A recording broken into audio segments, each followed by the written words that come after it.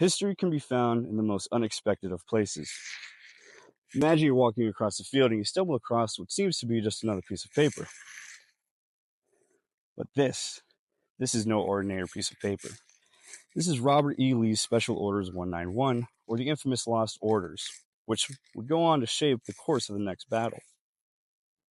Found by two Union soldiers, these orders would give General McClellan an insight into Lee's plans, setting up an action that would lead to the single bloodiest day of conflict in the American Civil War, the Battle of Antietam.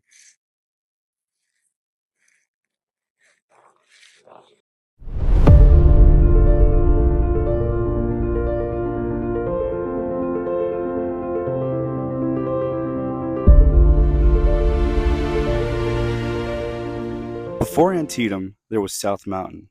On September 14, 1862, Robert E. Lee's Army of Northern Virginia was spread thin across Maryland, attempting to execute a bold invasion of the North. Lee's forces were divided, with portions of his army at Harper's Ferry, Hagerstown, and Boonesboro. His plan was to neutralize the Union garrison at Harper's Ferry and then regroup. However, with the discovery of Special Orders 191, Union General George McClellan saw an opportunity. With the new confidence given to McClellan after the discoveries of Special Orders 191, McClellan rapidly sent troops to South Mountain to secure three vital passes: Compton's Gap, Turner's Gap, and Fox's Gap. The plan was to cut through to Lee and attack him head-on before he had the time to amass his army together into a bigger force. The fighting was fierce. At Turner's Gap, Confederate General D.H. Hill's men dug in, determined to hold the high ground. Meanwhile, at Fox's Gap, General Jesse Reno's Union forces clashed with Confederate defenders in brutal close-quarter combat. By day's end, the Union had won control of the mountain, but at a heavy cost. The Confederates were forced to retreat, buying Lee precious time to regroup near Sharpsburg. While the fighting raged at South Mountain, another drama was unfolding at Harper's Ferry. Stonewall Jackson, one of Lee's most trusted commanders, was tasked with capturing the strategically vital town. Harper's Ferry controlled the rail lines and the confluence of the Potomac and Shenandoah rivers, making it a key supply hub.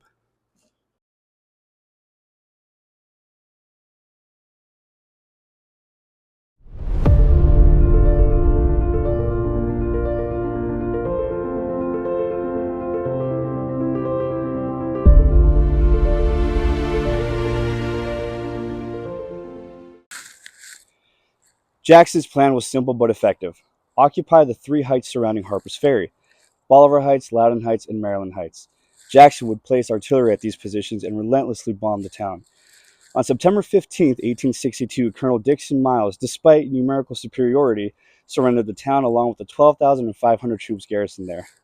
A staggering loss for Union forces, but a key and vital victory for Jackson and Lee. Although this victory would come at a cost, as Jackson would be delayed on his way to Antietam, forcing Lee to face McClellan's superior army alone.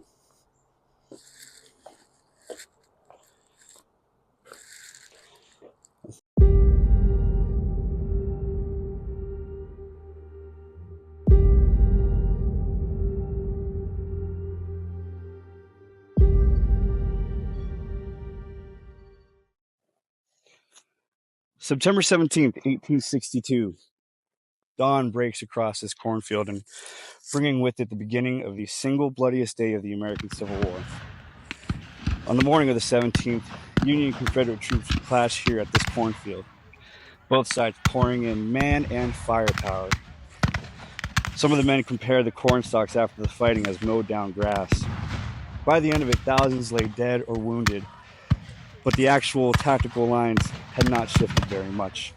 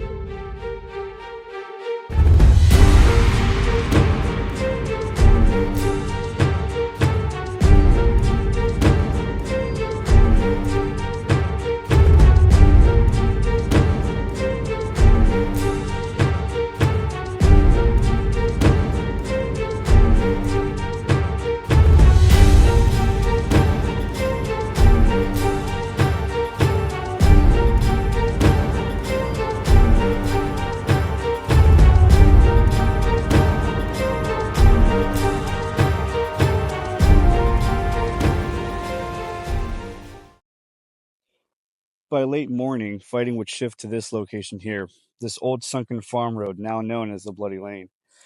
D.H. Hill's Confederates would post up in this location in a defensive position against assaulting Union troops. Union troops under General William French, supported by Israel Richardson's men.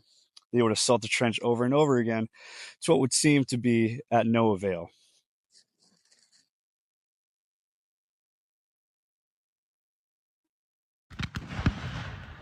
For several hours, the Confederates repelled wave after wave of Union attacks, but the relentless pressure and a miscommunication among the Confederate commanders eventually led to a break in their line. Union troops, seizing this opportunity, poured over the road, firing down into the packed Confederate ranks. The sunken road became a slaughterhouse filled with bodies 2 and 3 deep. The Confederates were finally forced to retreat, and the road earned its grim name, the Bloody Lane.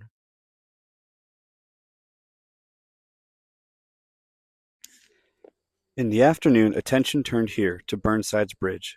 Union General Ambrose Burnside, commanding the Union's left wing, was tasked with crossing the Antietam Creek to strike the Confederate right.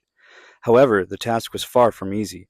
The bridge, a narrow stone structure spanning the creek, was heavily defended by Confederate troops under General Robert Toombs, who were entrenched on the bluffs above.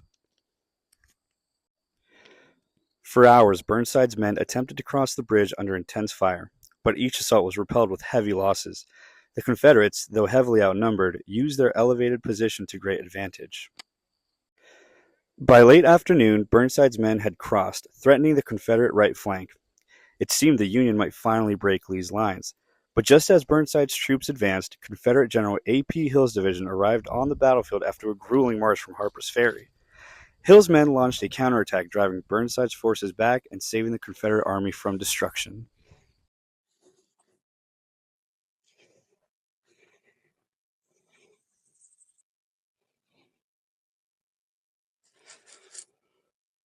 With A.P. Hill's men coming in to save the day, Robert E. Lee retreated back towards Virginia across the Potomac.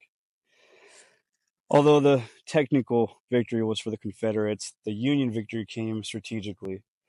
You see, Abraham Lincoln now had the victory that he needed to announce his Emancipation Proclamation.